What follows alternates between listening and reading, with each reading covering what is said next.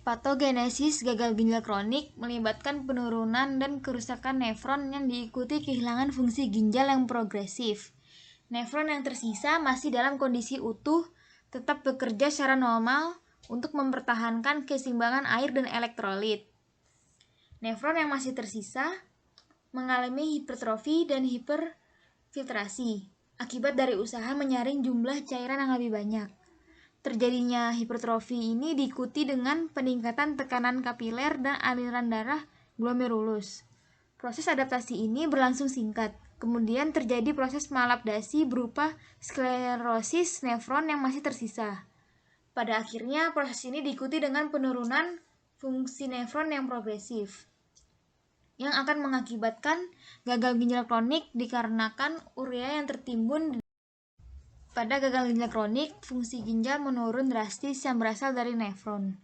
Insufisiensi dari ginjal tersebut sekitar 20% sampai 50% dalam hal laju filtrasi glomerulus. Jika lajunya semakin rendah, maka penurunan ginjal semakin menurun. Pada penurunan fungsi rata-rata 50%, biasanya muncul gejala seperti azotemia sedang, poliuri, nokturia, hipertensi, dan sesekali terjadi anemia.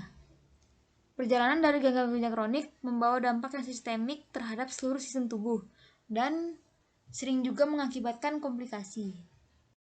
Perjalanan umum gagal ginjal progresif dapat dibedakan menjadi 3, yaitu stadium pertama atau penurunan cadangan ginjal. Pada stadium pertama, kreatinin dan blood urea nitrogen masih dalam batas normal dan tidak menimbulkan gejala pada penderita. Stadium 2 atau disebut insufisiensi ginjal. Pada stadium ini lebih dari 75% jaringan ginjal yang berfungsi telah rusak, serta kadar blood urea nitrogen dan kreatinin serum mulai meningkat. Dan pada stadium 3 atau yang disebut gagal ginjal, timbul apabila 90% massa nefron telah hancur. Nilai glomerulus filtration rate sebesar 10% dari normal. Tahap ini kreatinin dan blood